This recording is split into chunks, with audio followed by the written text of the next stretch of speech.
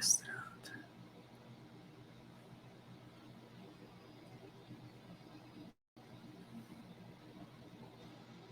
Oh wow, yeah, we there you go. It's all good. Perfect. All right, so this is going to be our first live session of basically a study session that we're going to be reading a very short publication. It's an affidavit of this guy called Todd Walker. And again, anything that you listen in to this recording right now, and this publishing is not legal advice whatsoever. I'm not trying to give anybody any type of legal advice. It's basically just reading certain publications, certain documents, certain literature to help us expand a little bit more in the whole topic and theme of law and all branches thereof. Trying to understand a little bit more about the whole money system, the whole credit system, the whole law merchant system, and learning about security interests, protecting interests, and assignments and trusts. So this is a good document, and I want to basically let everybody know, if you want a copy of this document, send me an email, and I'll send you a copy of this, right? But you can actually find this document fairly easy online. You can just Google it. You can also go to spcuniversity.com. This is where I got this one from. SPC University, from my guy Yusuf L. I got to give him credit. He has a very good website there, so go ahead and check out his videos. You can find and download it there, and I believe it's very easy to find. So what I'm going to do is I'm going to read off of that, and we might pause here and there and talk a little bit more, but it's fairly straight to the point. Let me just bring it up on the screen.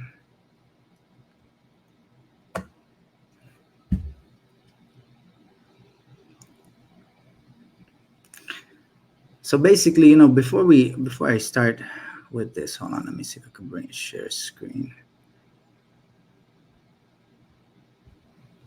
Affidavit, here we go.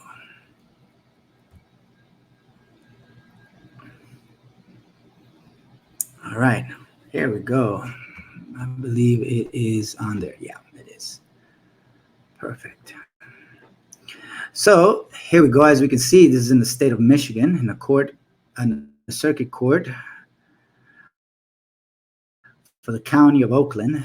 And this is a matter between Bank One as plaintiff, and here we have Dave Harshavardhan and Dave Pratima jointly and severally. These are the defendants.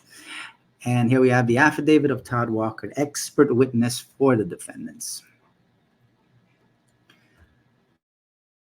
So, and this is actually just give us an idea too, if ever we want to write an affidavit or something, and we want to enter it into the court system, see how they structure it. Right? It's very interesting. But let me start to read here. It says here, now comes the affiant, Walker F. Todd, I believe that's Walker F. Todd, a citizen of the United States and the state of Ohio, over the age of 21, and declares as follows under penalty of perjury.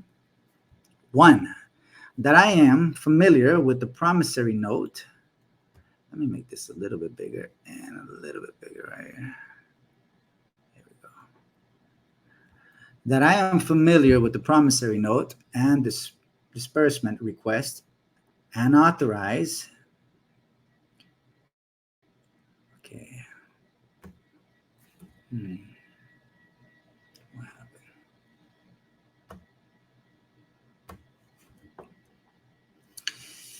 I'm having a little bit of technical difficulty here. 1 second. Oh, okay, here we go. Sorry about that.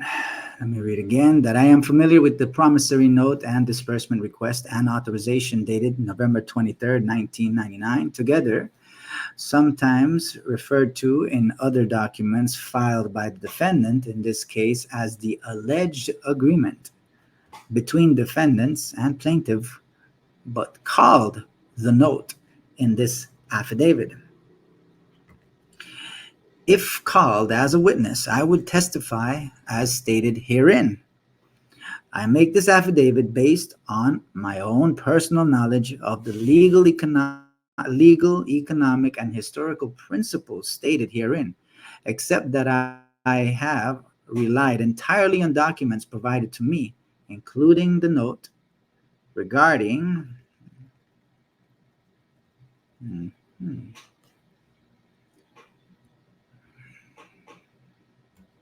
regarding certain facts at issue in this case of which I previously had no direct and personal knowledge.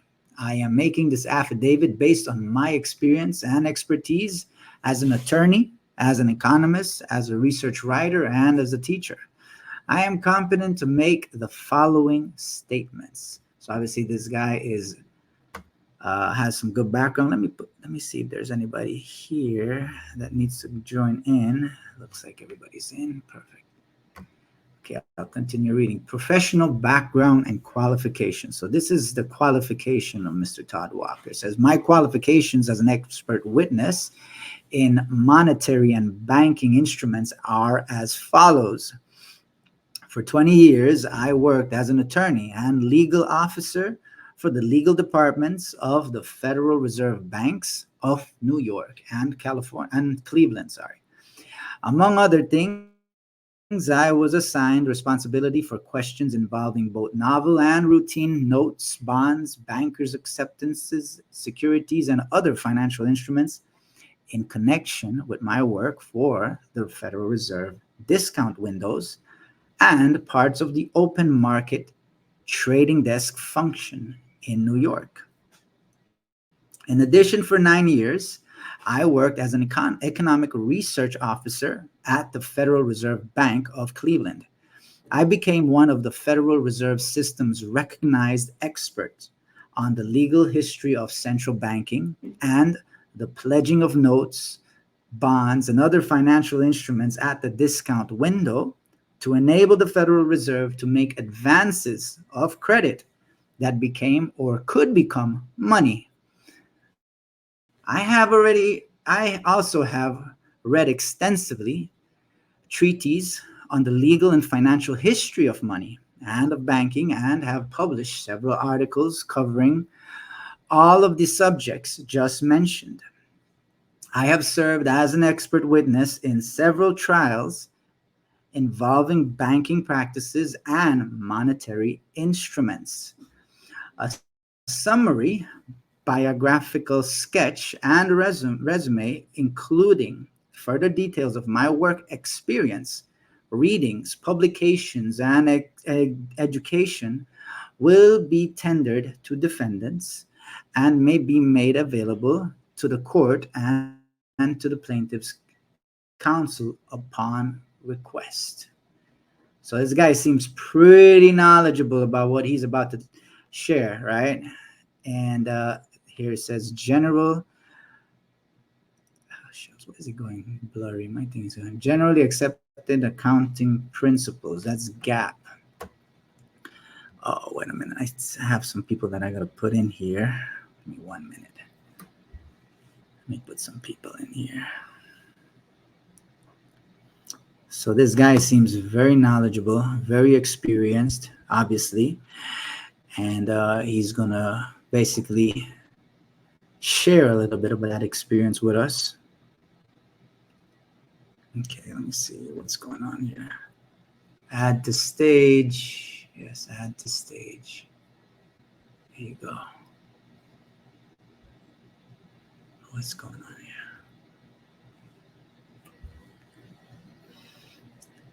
Yes. Just give me a minute, guys. You got it? Oh, perfect. Good. We're good. There you go. Having a little difficulty with this. Okay.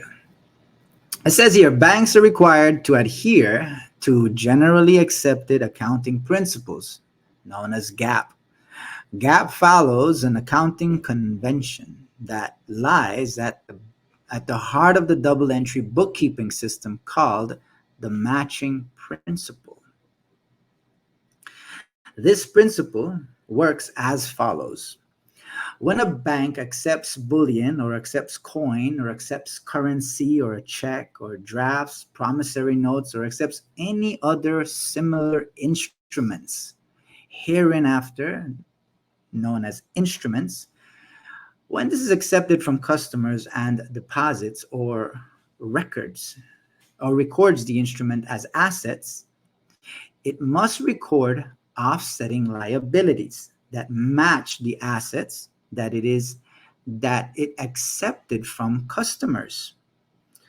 The liabilities represent the amount that the bank owes to the customer, funds accepted from customer. Okay, so let me read that one more time. Hold on, let me say this one more time. Let's start right here. Right? Let's start right here. This principle works as follows. We're talking about the matching principle, right? It says here, when a bank accepts bullion, accepts coin, accepts currency, checks, drafts, promissory notes, or any other similar instruments hereinafter known as instruments, meaning paper money too, when they accept that from customers and deposits or records the instrument as an asset, it must record offsetting liabilities that match the asset that it accepted from customers. So now the liabilities represent the amount that the bank owes to the customers. That's the funds accepted from customers. In a fractional reserve banking system like the United States banking system, most of the funds advanced to borrowers, which are the assets of the banks, are created by the banks themselves and are not merely transferred from one set of depositors to another set of borrowers. Right? So basically what they're saying is that they're not borrowing money from some people and lending it to some other people. Right? That's not what's happening. It says here, let's read it again. In a fractional reserve banking system like the United States banking system, most of the funds advanced to borrowers are created by the banks themselves and are not merely transferred from one set of depositors to another set of borrowers. Okay, relevance of subtle distinction about types of money. From my study of historical and economic writings on the subject, I conclude that a common misconception about the nature of money unfortunately has been perpetuated in the US monetary and banking system, especially since the 1930s. In classical economic theory, once economic changes have moved beyond the barter stage, there are two types of money: money of exchange and money of account. For nearly 300 years in both Europe and the United States, confusion about the distinctiveness of these two concepts has led to persistent attempts to treat money of accounts as the equivalent of money of exchange. In reality, especially in a fractional reserve banking system, a comparatively small amount of money of exchange, example the gold, silver, or official currency notes, may support a vastly larger quantity of business transactions denominated in money of accounts. The sum of these transactions is the sum of credit extensions in the economy. Let me read all this again. I need to read this out again one more time. Let's start right here. It says here, let's read this. Here we go. From my study of historical and economic writings on the subject, I conclude that a common misconception about the nature of money, unfortunately, has been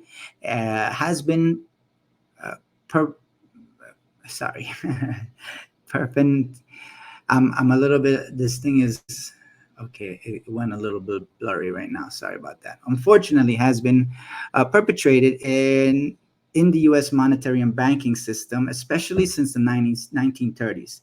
In classical economic theory, once exchange has moved beyond the barter stage, there are two types of money: money of exchange and money of accounts.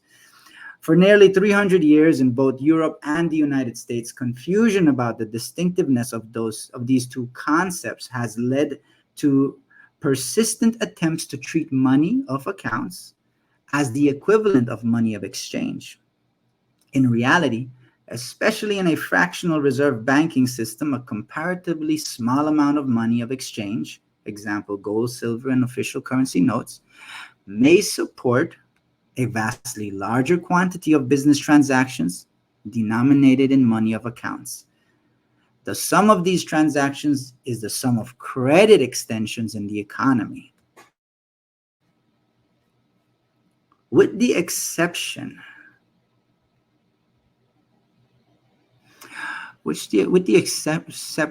customary stores of value like gold and silver, the monetary base of the economy largely consists of credit instruments. So it's basically they're letting us know that uh, mainly what we're dealing with when it comes to money and the economy is money of credit instruments, right? Credit instruments. That's what we're looking at. Okay. Against this background, I conclude that the note, despite some language about lawful money explained below, clearly contemplates both disbursement of funds and eventually payment or settlement in money of account. That is, money of exchange would be welcome, but it is not required to repay or settle the note. The factual basis of this conclusion is the reference in the disbursement request and authorization to repayment of $95,905.16 to Michigan National Bank from the proceeds of the note. That was an exchange of the credit of Bank One as plaintiff for credit apparently and previously extended to defendants by Michigan National Bank. Also, there is no reason to believe that plaintiff would refuse a substitution of the credit of another bank or banker as complete payment of the defendant's repayment obligation under the note. This is a case about exchanges of money of account, credit, not about exchanges of the money of exchange, lawful money, or even legal tender. Ironically, the note explicitly refers to repayment in lawful money of the United States of America. See promise to pay clause. Traditionally, traditionally and legally, Congress defines the phrase lawful money for the United States. Lawful money was the form of money of exchange that the federal government or any state could be required by statute to receive in payment for taxes or other debts. Traditionally, as defined by Congress, lawful money only included gold, silver, and currency notes redeemable for gold or silver on demand. In a banking law context, lawful money was only those forms of money of exchange, the forms just mentioned. So in the banking laws, this is right here, in a banking law context, lawful money was only those forms of money of exchange, which is the gold, silver, and currency notes redeemable of gold and silver on demand, plus US bonds and notes redeemable for gold, and constituted the reserves of a national bank prior to 1913, date of creation of the Federal Reserve Bank. See lawful money. So that's very interesting that he makes mention there's a distinction between money, how it was viewed by banking laws before 1913, the creation of the federal or the introduction of the Federal Reserve, and now lawful money of today. So obviously, the money of today, those paper money, is not redeemable in gold or silver. So let's read a little bit more. Let's say Webster's New International Dictionary, second edition, 1950. In light of these facts, I conclude that plaintiff and defendants exchanged reciprocal credits involving money of accounts and not money of exchange. No lawful money was or probably ever would be dispersed by either side in the covered transactions. This conclusion also is consistent with the bookkeeping entries that underline the loan account in dispute in this present case. Moreover, it is puzzling why plaintiff would retain the archaic language lawful money of the United States of America in its otherwise modern seeming note. It is possible that this language is merely a legacy from the pre 1933 era. Modern credit agreements might include repayment language such as, quote, the repayment obligation under this agreement shall continue until payment is received in fully and finally collected funds, end quote, which voids the entire question of in what form of money or credit is the repayment obligation due? That's a very interesting question. You see how it says this is the archaic language, lawful money of the United States. Let me read this again, guys. Let me read this again. This is really good. This is really good. I hope you guys are getting it, man. I really do. It says here, in light of these facts, I conclude that plaintiff and defendant exchanged reciprocal credit involving money of accounts and not money of exchange. No lawful money was or probably ever would be dispersed by either side in the covered transactions. This conclusion also is consistent with the bookkeeping entries that underline the loan account in dispute in the present case. Moreover, it is puzzling why plaintiff would retain the archaic language, lawful money of the United States of America, in its otherwise modern seeming note.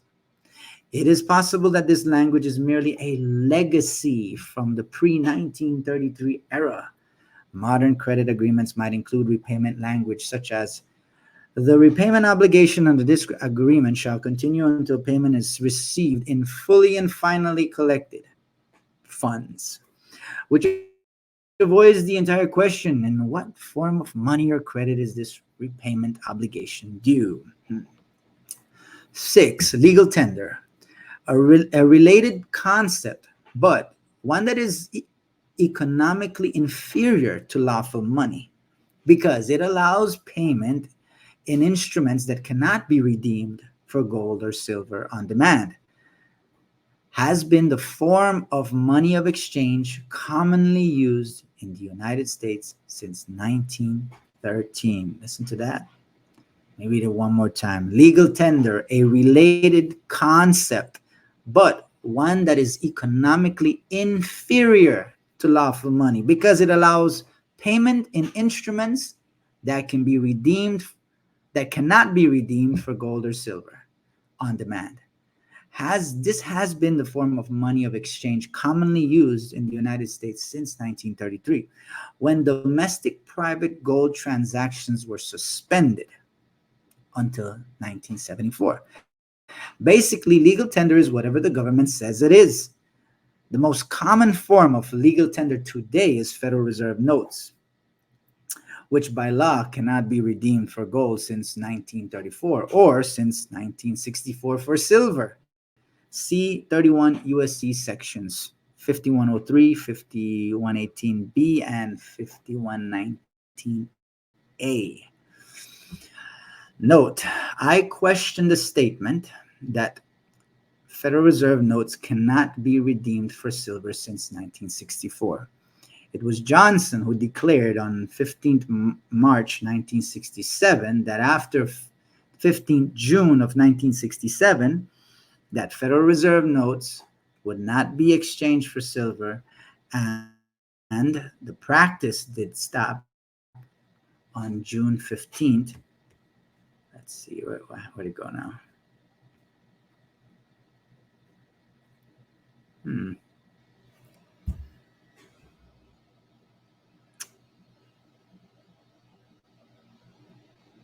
Where'd it go? Man, I'm having a little bit of delay here on the feed. Hmm. Okay, 1967, not 1964. I believe this to be error in the text of the author's affidavit. Okay. Legal tender under the Uniform Commercial Code, UCC, Section 1 201 24, official comment, is a concept. Legal tender is a concept that sometimes surfaces in cases of this nature. The reference of official comments The reference official comment notes that the definition of money is not limited to legal tender under the UCC.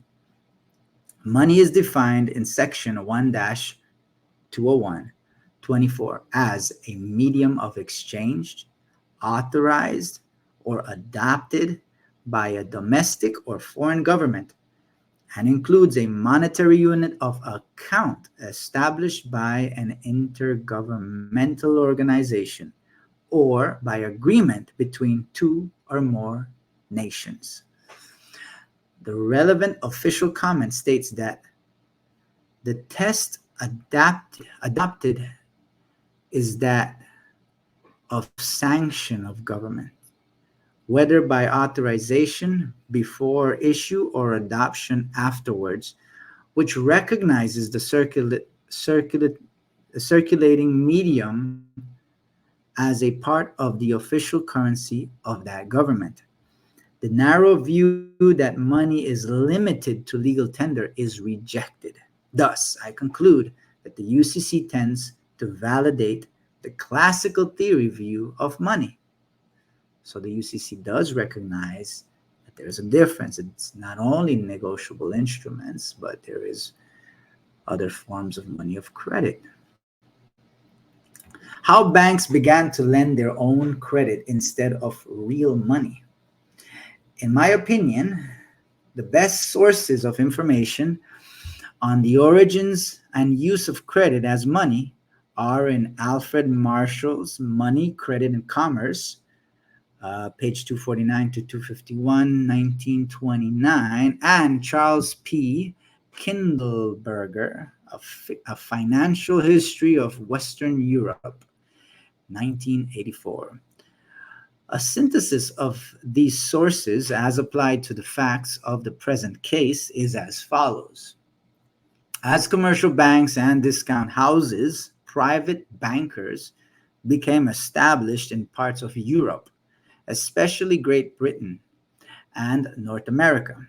By the mid-19th century, they commonly made loans to borrowers by extending their own credit to the borrowers or at the borrower's direction to third parties. Now, before we move forward, I want to stop just really quick, right? There's this term that is being used frequently. It's discount windows, discount houses. So I want to let you know, right? At first, when I heard all these phrases, I didn't know what the heck they meant, right? Discount. What are you talking about? Discount windows. Okay. So, as per my understanding, right? Let's say I create a promissory note, right? And I write on the promissory note, I promise to pay you, I don't know, 6 ounces of gold, out of which 2 ounces is interest, right? And I promise to pay you that by a certain amount of time, and I sign it, and I now hand it over to somebody who is going to exchange that, with me for something that I want, right? So when they receive that promissory note from me, right, I'm saying that there's 6 ounces of gold that I'm promising to pay, right? But out of that 6 ounces, maybe 4 of it is what I really owe, but I want to give a little bit of interest, right? So 4 is the principal balance that I have, the actual principal amount. But there's 2 ounces that is interest. I know it's high, but this is just an example. So the promissory note has a value and face value of 6 ounces of gold, that of which 2 ounces is the interest. So let's say the individual that has the promissory note wants to go and get gold on demand right away, and they want to sell this note. Some merchant wants to sell it, so they would go to another merchant, maybe, perhaps, or somebody else who might be interested in this promissory note, and they say, hey, I need some gold right away, man. Can you help me out? Then the other merchant would be probably like, yeah, sure, what you got? He said, well, I got a promissory note from Chandon. The other merchant might know Chandon. He said, yeah, I know Chandon. He has a good name. He has a good name. He keeps his word as his bond. Yeah, cool, man. You have a promissory note? Yeah, how much is it worth? Well, he has to pay me back 4 ounces, but he also promised to give me an interest of 2 ounces. So this is worth 6 ounces. Oh, cool, man. Cool. Well, how much do you want for it? Well, I would like the 4 ounce, and you can collect the 6 ounce. You can collect the 2 ounce interest. So what I'll do is, this is worth 6 ounce. I think that's what I said originally, right? This is worth 6 ounce, let's say, but I'm going to discount it to you. Just give me 4 ounce, so you keep the interest. So when you sell a promissory note and you sell it at the principal amount, and you give them the right to collect the interest, well, I believe that's what the discount is. You're discounting a debt, discounting a promissory note. And remember, in the private, these debts, when they're being traded privately, that's that trade right there. That's the money, the private money that is being traded. Those are the assets. This is the promissory note of somebody else who promised to pay something, or promised to perform. Well, that becomes, whoever owns the piece of paper, an asset to that individual. So now they can sell it and discount it, right? So that's what it means, the discount. So these banks right here, when they say they're discount windows, just keep that in mind, right? It deals with promissory notes, and they're going to buy it off in a discount as long as they get rights to the interest. So let's continue. It seems like somebody wants to get in here, but they are having trouble getting in. All right, let's continue reading. Let me read this again, all right? It says here, a synthesis of these sources as applied to the facts of the present case is as follows. As commercial banks and discount houses, private bankers, became established in parts of Europe, especially in Great Britain and North America, by the mid-19th century, they commonly made loans to borrowers by extending their own credit to the borrowers, or at the borrower's direction to third parties. The typical form of such extensions of credit was drafts or bills of exchange drawn upon themselves, claims on the credit of the drawee instead of the disbursement of the bullion. Hear that? Here again. The typical form of such extensions of credit was drafts, meaning an order to pay, right? It's a check, or bills of exchange drawn upon themselves. Listen to that. Bills of exchange drawn upon themselves. Claims on the credit of the drawees instead of the disbursements of the bullion. Think about that. When you get a bill, it's a bill. It's just a bill, right? It's just a piece of paper. It's like a bill of lading. So now you can draw upon that bill by doing a claim on the credits.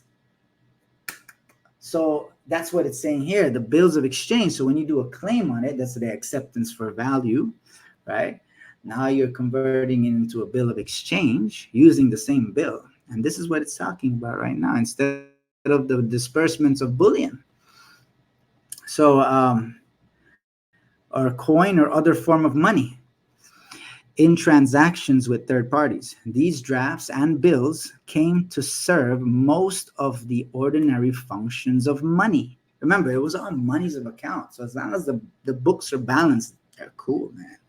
Because as long as there's money of accounts, you can always from that take out these other instruments, which are paper money, which you can just extend credit to the public. Right? These banks could extend credit to the public because what you have is credit on the accounts. Now you want to extend that over to the public side. Right?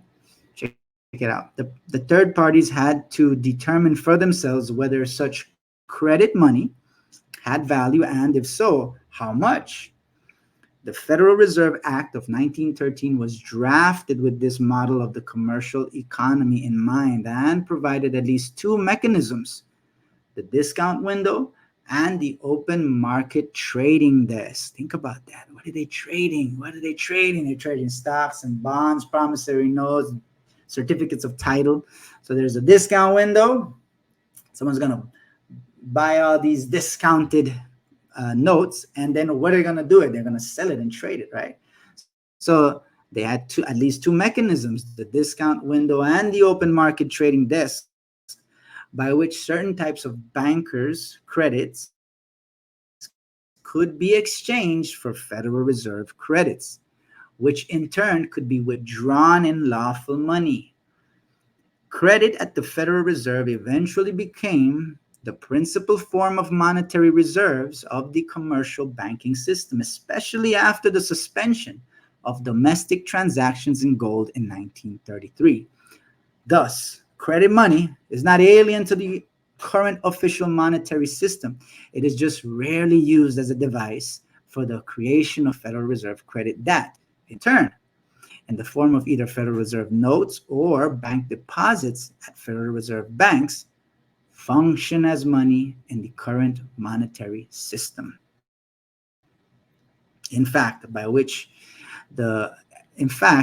by which the Federal Reserve expands the money supply, loosely defined, is to set banks' reserves requirements, currently usually 10% of demand liabilities, is to set banks' reserves requirements at levels that would encourage banks to extend new credit to borrowers on their own books, and that third parties would have to present to the same bank for redemption, thus leading to an expansion of bank created credit money.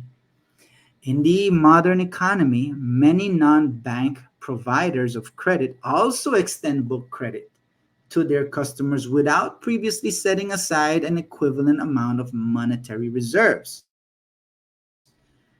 Credit card line of credits access checks, credit card line of credit access checks issued by non-banks are a good example of this type of credit, which also causes an expansion of the aggregate quantity of credit money. All right, check this out. Hold on. Let's look at it like this, right?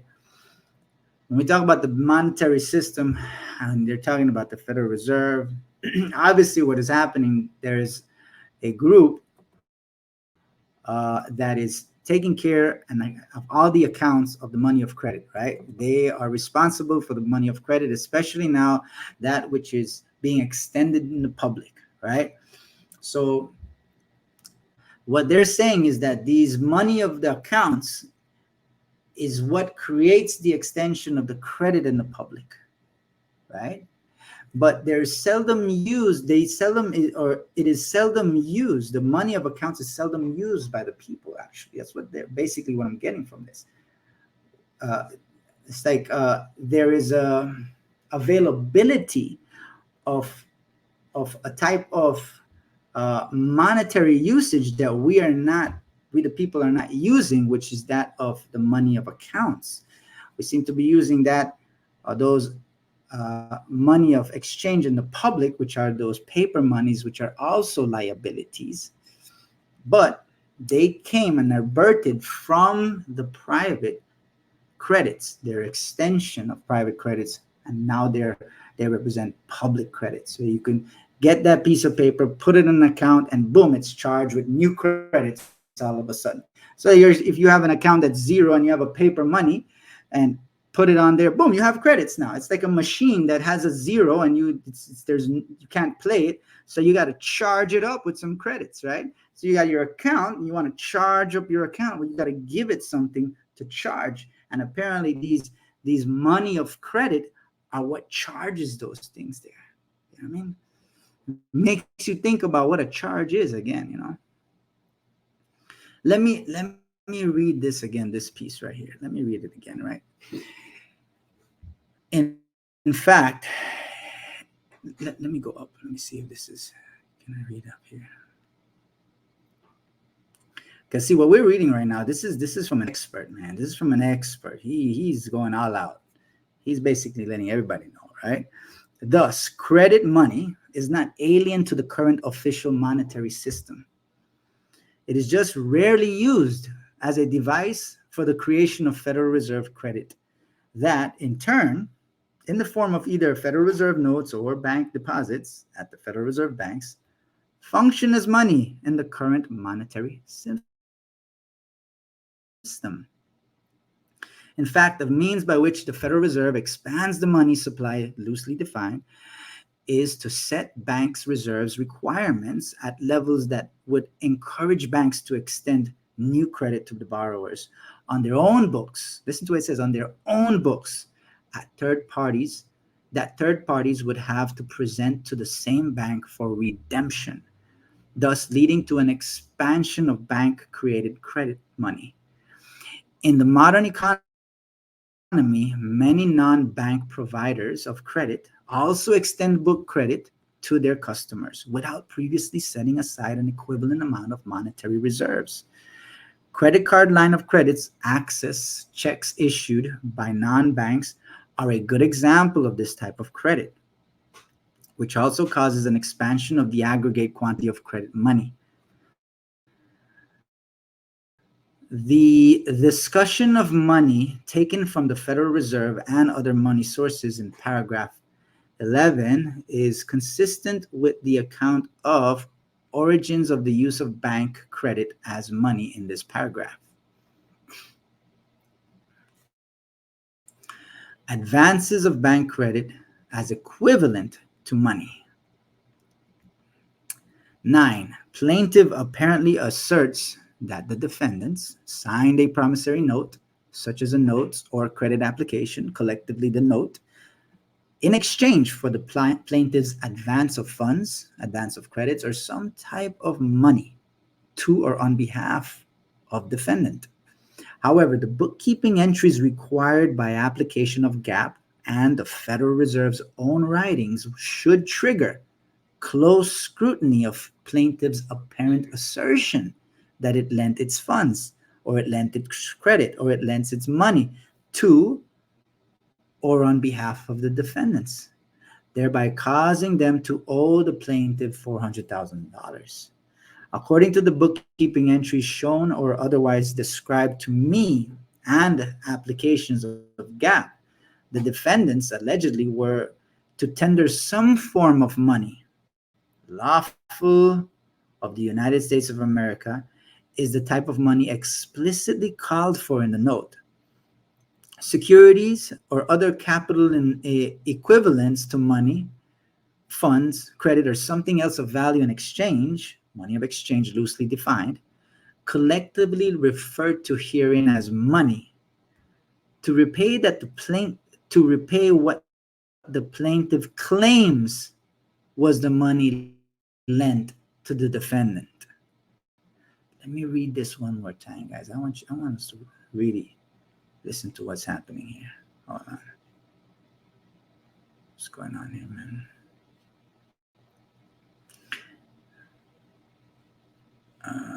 Here it is.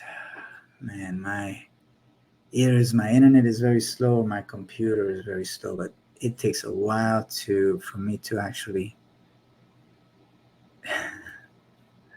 There we go.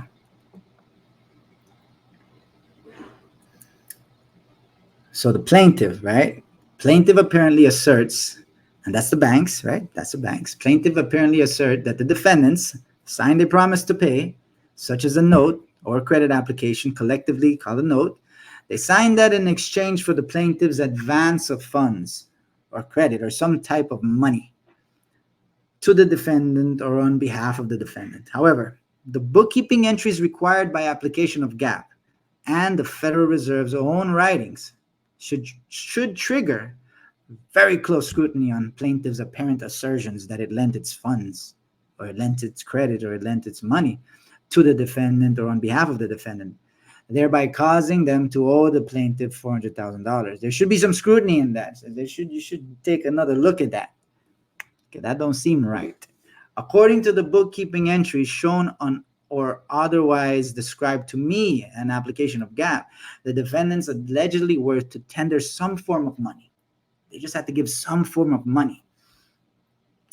Or they had to give some form of securities or other capital equivalent to money, or some type of funds or some credits or something else of value in exchange, collectively referred to herein as money, to repay what the plaintiff claims was the money lent to the defendants. So all they had to do is give them some type of money. It is not an unreasonable argument to state that plaintiff apparently changed the economic substance of the transaction from that contemplated in the credit application form agreement.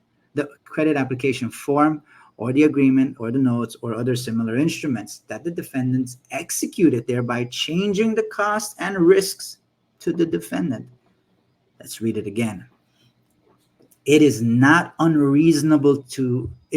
unreasonable argument to state that the plaintiff apparently changed the economic substance of the transaction from that contemplated in the credit application form, changed it from the agreement or note or other similar instruments that the defendant executed, thereby changing the costs and risks to the defendant.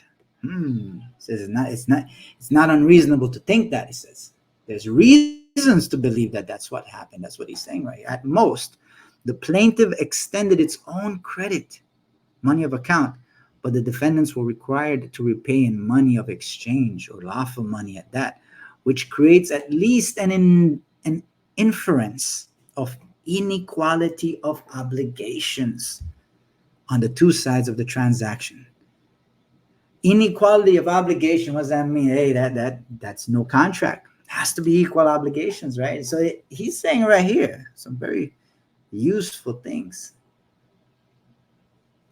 It says here, but at most, the plaintiff extended its own credit, money of account, but the defendants were required to repay in money of exchange and lawful money at that, which creates at least an inference of inequality of obligations on the two sides of the transaction. Money, including lawful money, is to be exchanged for bank credit. Modern authorities on money. See, it's getting juicy. I hope you guys are seeing how juicy this is, man. I hope you guys see how much this information that this guy right here is sharing is very valuable. It makes you at least appreciate money in a different way. Okay, so to understand what occurred between plaintiff and defendants concerning the alleged loan of money, or more accurately, credit, it is helpful to review a modern Federal Reserve description of a bank's lending process. See David H. Friedman, Money and Banking, 4th edition, 1984. Apparently already introduced into this case. This commercial bank lending process is similar to that of a thrift, in that the receipt of cash from depositors increases both its assets and its deposit liabilities, which enables it to make additional loans and investments. When a commercial bank makes a business loan, it accepts as an asset the borrower's debt obligation, then the promise, which is the promise to repay. It accepts that as a debt as an asset, and creates a liability on its books in the form of a demand deposit in the amount of the loan. So you see what I'm saying? It says here, when a commercial bank makes a business loan, It accepts it as an asset. It accepts as an asset the borrower's debt obligation, which is the promise to pay, and creates a liability in its books in the form of a demand deposit in the amount of the due. Consumer loans are funded similarly. Therefore, the bank's original bookkeeping entry should show an increase in the amount of the asset credited on the asset side of its books and a corresponding increase equal to the value of the asset on the liability side of its books. This would show that the bank received the customer's signed promise to repay as an asset, thus monetizing the customer's signature and creating on its books a liability in the form of a demand deposit or other demand liability of the bank. The bank then usually would hold this demand deposit in a transaction account on behalf of the customer instead of the bank lending its money or other assets to the customer. As the customer reasonably might believe from the face of the note, the bank created funds for the customer's transaction account without the customer's permission, authorization, or knowledge and delivered the credit on its own books, representing those funds to the customer, meanwhile alleging that the bank lent the customer money. If plaintiffs respond to this line of argument is to the effect that it acknowledges that it lent credit or issued credit instead of money, one might refer to Thomas P. Fitch Barron's Business Guide Dictionary of Banking Terms. Credit banking. Bookkeeping entries representing a deposit of funds into an account. This is what credit banking is. A bookkeeping entry representing a deposit of funds into account. But plaintiff's loan agreement apparently avoids claiming that the bank actually lent the defendants money. They apparently state in the agreement that the defendants are obligated to repay plaintiff principal and interest for the valuable consideration, money, to the bank and the customer. To the bank, valuable consideration the bank gave to the customer. The loan agreement and note apparently still delete any reference to the bank's receipt of actual cash value from the defendants and exchange of that receipt for actual cash value that the plaintiff bankers returned. Let me read that again because that got a little bit confusing here. Let me read this again. Hold on. Okay. They apparently state in the agreement that the defendants are obligated to repay the plaintiff principal and interest for the valuable consideration the bank gave to the customer. The loan agreement and note apparently still delete any reference to the bank's receipt of actual cash value from the defendants and exchange of that receipt. I think it should say from the defendants in exchange of that receipt for actual cash value that the plaintiff bank returned. According to the Federal Reserve Bank of New York, money is anything that has value that banks and people accept as money. Money does not have to be issued by the government. For example, David H. Friedman, I bet you thought. I think giving a reference right here. 9, Federal Reserve Bank of New York, 4th edition, 1984, apparently already introduced into this case, explains that banks create new money by depositing IOUs, by depositing promissory notes, offset by banks' liabilities called checking account balances. Whoa. Page 5 says money doesn't have to be intrinsically valuable,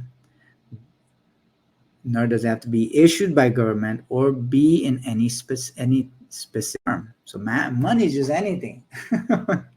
The publication Anne Marie I don't know how to pronounce that.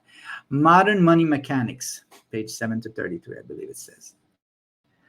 Federal Reserve Banks of Chicago, apparently already introduced into this case, contains standard bookkeeping entries demonstrating that money ordinarily is recorded as a bank asset, while a bank liability is evidence of money that a bank owes. The bookkeeping entries tend to prove that banks accept cash, they accept checks, they accept drafts and promissory notes, which are credit agreements. They accept these assets as money deposited to create credit or checkbook money that are bank liabilities, which show that absent my right of set-off, banks owe money to persons who deposit money. Banks owe money to people who deposit money.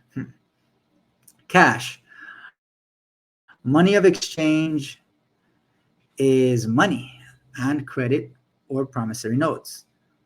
Money of account become money who banks deposit promissory. Sorry. Let me repeat that. It says money exchange is money and credit or promissory notes become money when banks deposit promissory notes with the intent of treating them like deposits of cash. It says here in the 12 USC section 1813, the definition of deposit under Federal Deposit Insurance Act. So this is the definition. Let me read it one more time because I think we need to make sure we read this properly. Okay, so this is what they're defining. They're defining cash. Cash. This is the definition of cash. What is cash? Cash is money of exchange. This is one form of cash. This is money and credit, or it's a promissory note. Now, money of account, which is another form of cash, apparently becomes money when banks deposit promissory notes with the intent of treating them like deposits of cash. So this is a definition of deposit under Federal Deposit Insurance Act. The plaintiff acts in the capacity of a lending or banking institution, and the newly issued credit or money is similar or equivalent to a promissory note, which may be treated as a deposit of money when created by the lending bank. Federal Reserve Bank of Dallas publication, Money and Banking, page 11, explains that when banks grant loans, they create new money. The new money is created because a new loan becomes a deposit, just like a paycheck does. Modern Money Mechanics, page 6, says what they, which is the banks, what they do when they make loans is to accept promissory notes in exchange for credits to the borrower's transaction accounts.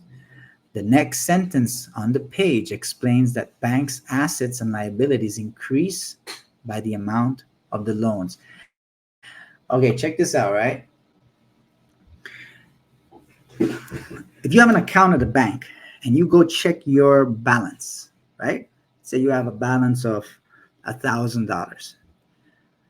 However form, if you go and you deposit money, or you deposit that $1,000, or somebody does a wire transfer, whatever happens, your account gets $1,000, right? And it'll display 1,000 credit, let's say. You can go take out the 1,000, you can use the 1,000, supposedly you can use this, you can withdraw all of this, right? And that's done. That's your credits that you had available, apparently, right? You don't got to pay it back. So if you take out the $1,000 that you had as credit, you don't got to pay it back. That's your account, right? Your account had 1,000 credits and you used it, let's say, and now it's zero. The bank going to say you got to pay me back? No, right? So when we go and we do a loan agreement, we do a loan, we're creating papers, we're signing papers, we're putting together these papers. And what's happening is going to a process of being deposited. Now, will they accept the deposit? Well, if they say, hey, your loan has been accepted, the deposit has been accepted. That was actually maybe more like a special deposit in a way, but not claimed, not entirely. So what happens is that they go and they take that promissory note to a discount window.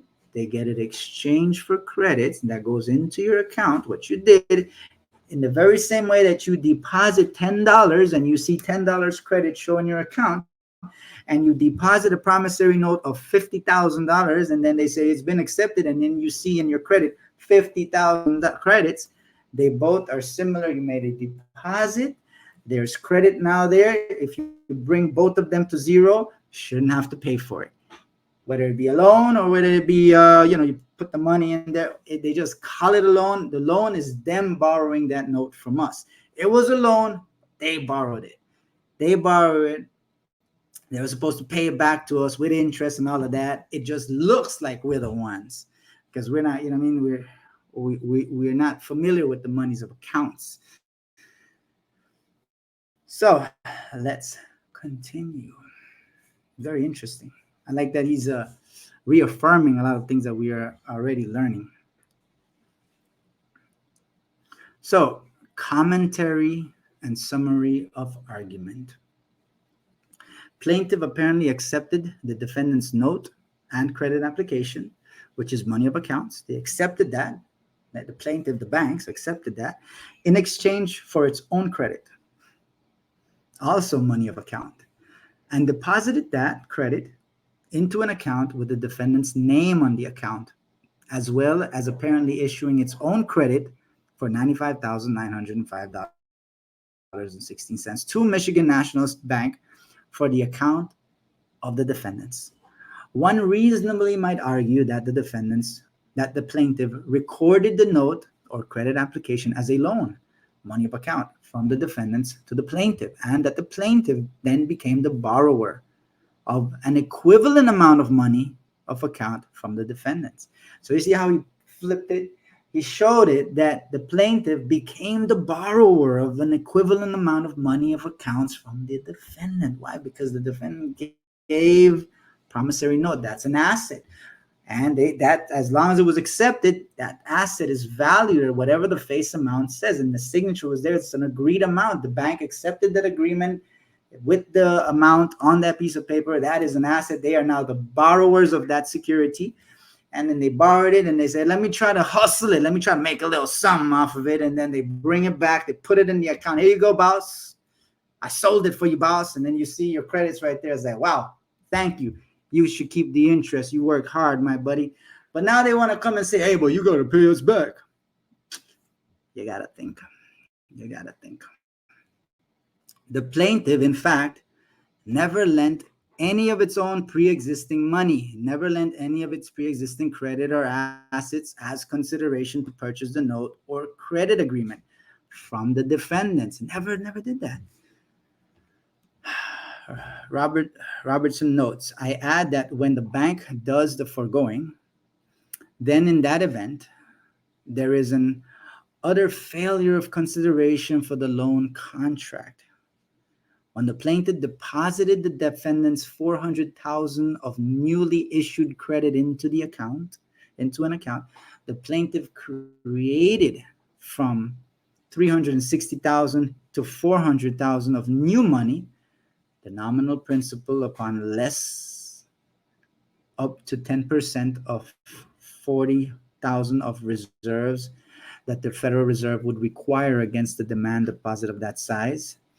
The plaintiff received $400,000 of credit or money of accounts from the defendant as an asset. Listen to that. The plaintiff received $400,000 of credit or $400,000 of money of account from the defendants as an asset. GAAP ordinarily would require that the plaintiff record a liability account crediting the defendant's deposit account, showing that the plaintiff owes $400,000 of money to the defendants, just as if the defendants were to deposit cash or a payroll check into the account. Oh, man. The following appears to be a disputed fact, in this case, about which I have insufficient information on which to form a conclusion. I infer that it is alleged that plaintiff refused to lend the defendant's plaintiff's money, own money or assets, and recorded a 400,000 loan from the defendant to the plaintiff, which arguably was a 400,000 deposit of money off account by the defendants. And then the plaintiff repaid the defendants by paying its own credit, its own money of account, into the amount of $400,000 to the third-party seller of goods and services for the account of the defendants. The defendants were repaid their loan to plaintiff, and the transaction was complete. I do not have sufficient knowledge of the facts in this case to form a conclusion on the following disputed points. None of the following material facts are disclosed in the credit applications or loan or note, or were advertised by plaintiff to prove that the defendants are the true lenders and the plaintiffs is the true borrowers. The plaintiff is trying to use the credit application form or is trying to use the note to persuade and deceive the defendants into believing that the opposite occurred and that the defendants were the borrower and not the lender. The following point is undisputed. The defendant's loan of their credit to plaintiff when issued and paid from their deposit or credit account at plaintiff became money in the Federal Reserve System, which is subject to a reduction of up to 10% for reserve requirements. And as the newly issued credit was paid pursuant to written orders, including checks and wire transfer to sellers of goods and services for the account of the defendants. Conclusion. Based on the foregoing, plaintiff is issuing the defendant's note for its own purpose, and it remains to be proven whether plaintiff has incurred any financial loss or actual damages. I do not have sufficient information to form a conclusion on that point. In any case, the inclusion of the quote lawful money language in the repayment clause of the note is confusing at best and in fact may be misleading in the context described above. Affirmation. I hereby affirm that I prepared and have read this affidavit and that I believe the foregoing statements in this affidavit to be true. I hereby further affirm that the basis of these beliefs is either my own direct knowledge of the legal principles and historical facts involved and with respect to which I hold myself out as an expert, or statements made or documents provided to me by third parties whose veracity I reasonably assume. Further, the affiant say it not. So this goes on to say a few more things, but that's basically his affidavit. So I found that incredibly interesting. Let me just bring it back right here. 1 second.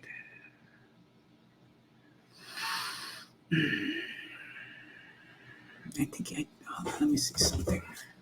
So from you guys that are here, Lorna, who is Seth, Ernesto, what do you guys think about that? What do you guys think about that? Didn't you guys find that super interesting, man? That was fascinating. Honestly, it was fascinating. Basically, it shows how we have been looking at money loans and we've been looking at these transactions and not realizing that that we're looking at it and treating it in a manner that's not beneficial to us, and it's not even accurate. We're being misled with words of legacy, which are very confusing and misleading. But one of the things that I have come to realize is that because we are using promissory notes all these paper money, they just represent future labor, future value.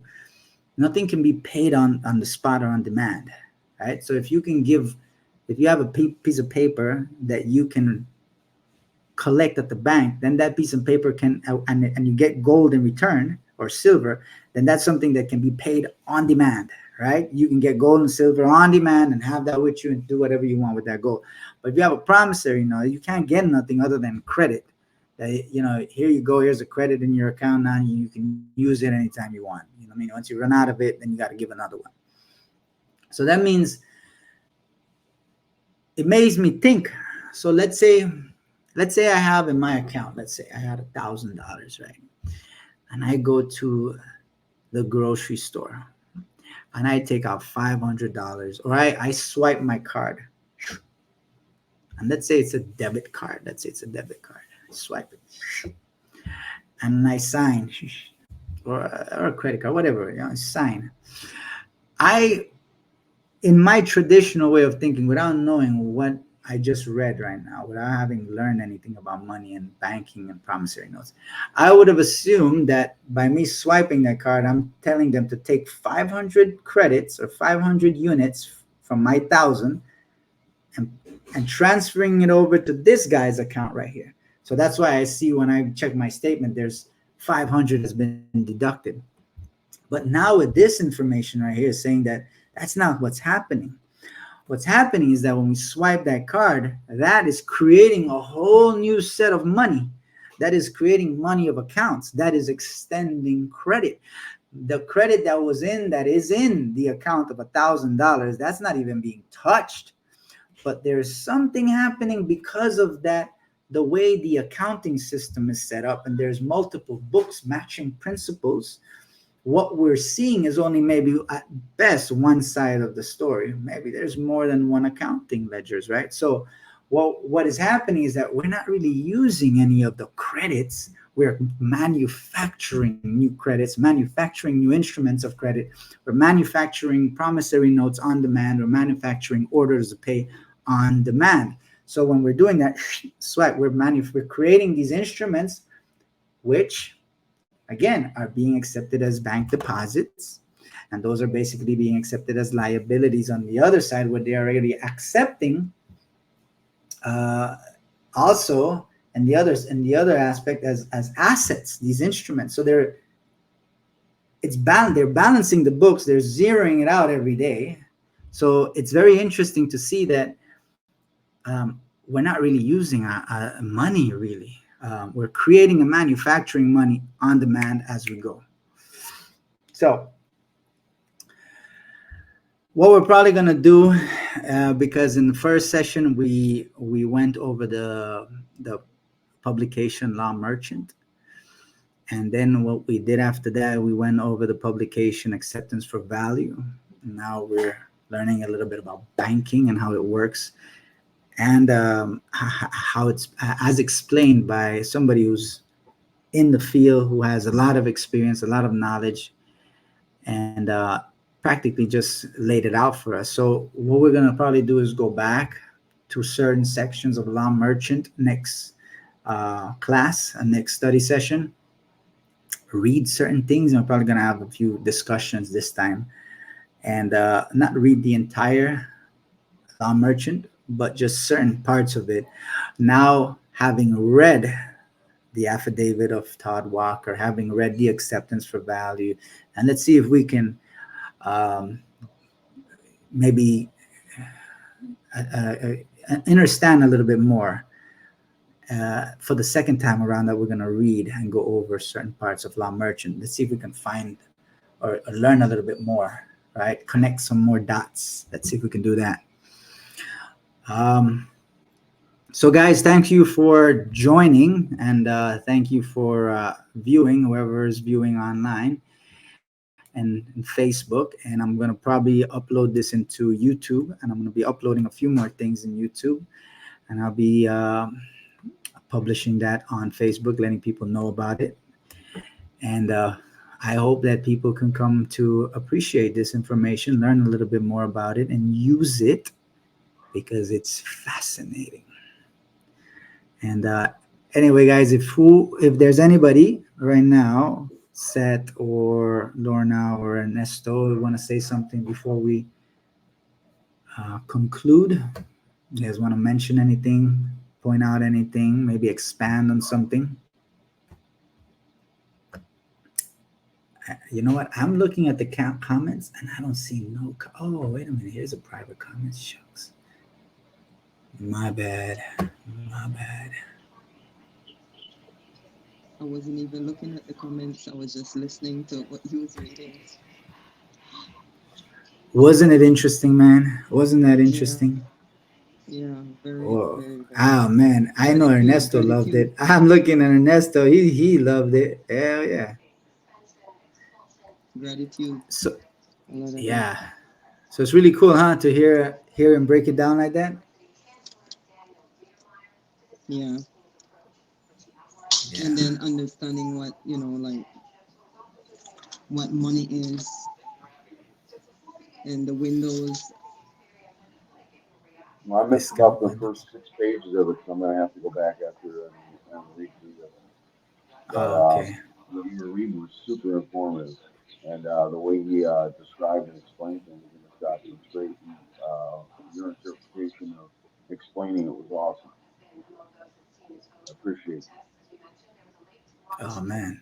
Perfect, man. Cool, man. Cool. Well, we know that for every time we go over these documents, we're probably gonna connect a little bit more dots. More will be revealed, and I'm thankful that we have the ability to come together like this from so far apart that we are, but we have similar interests, and I'm very happy that we can come together to do this, man, and present it to the world at the same time. We've advanced in technology in such a way that is wow, man.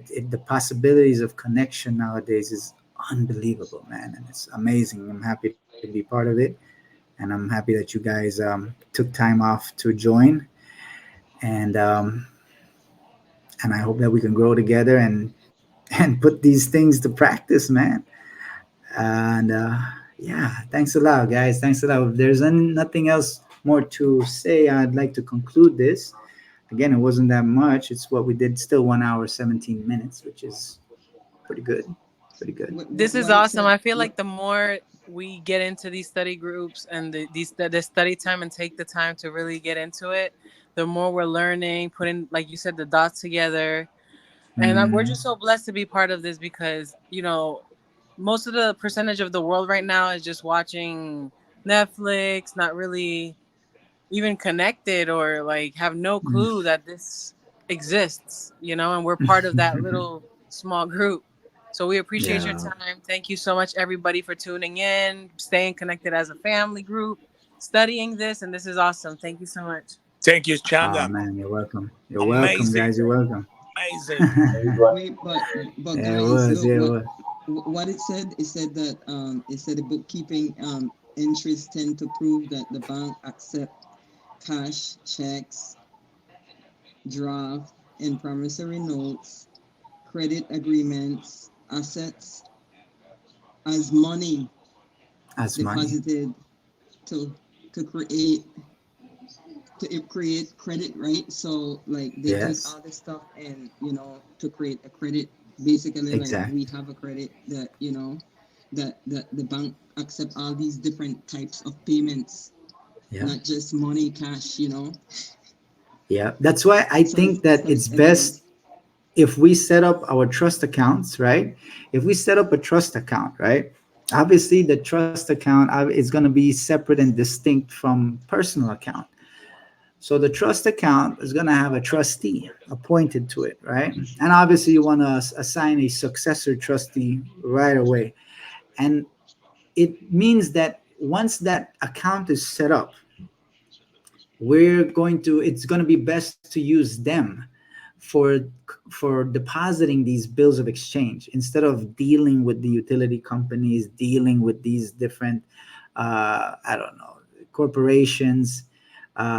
We just deal with the banks because they seem to know this. They seem to know what they need to do, but they also seem to have to be able to understand and also be presented something that they feel that is legit. And if we're gonna go in there as, let's say, just as a personal account, if we have a personal account, if we look at our personal account, it says that the all caps is beneficiary, right? So if you think about it, if you're a beneficiary of account, let's say you're a trust fund baby, right, and you're the beneficiary account, the trustees has set that up for you in such a way that they're treating you as a minor. You're just a beneficiary of it. You don't have authority to delegate anything of the accounting system or delegate anything of the management or administration, or you're just a beneficiary. Now, maybe you can get certain, I don't know, certain rights to certain things, but as a beneficiary, you just basically limit. Now, if you're a trustee of that account, and you're the one hold, and you as trustee represent the one holding interest over the account. Now you get to say, okay, I want you to accept this bill as a bill of exchange, as an asset. I want you to deposit it in this trust account as an asset, and I want you to release the credits for it to settle this other account of this beneficiary, of the beneficiary of this trust right here. So that would be, let's say, the utility company. Let's say the utility company has an account with the name of the all caps, right? That all caps is the beneficiary. Okay.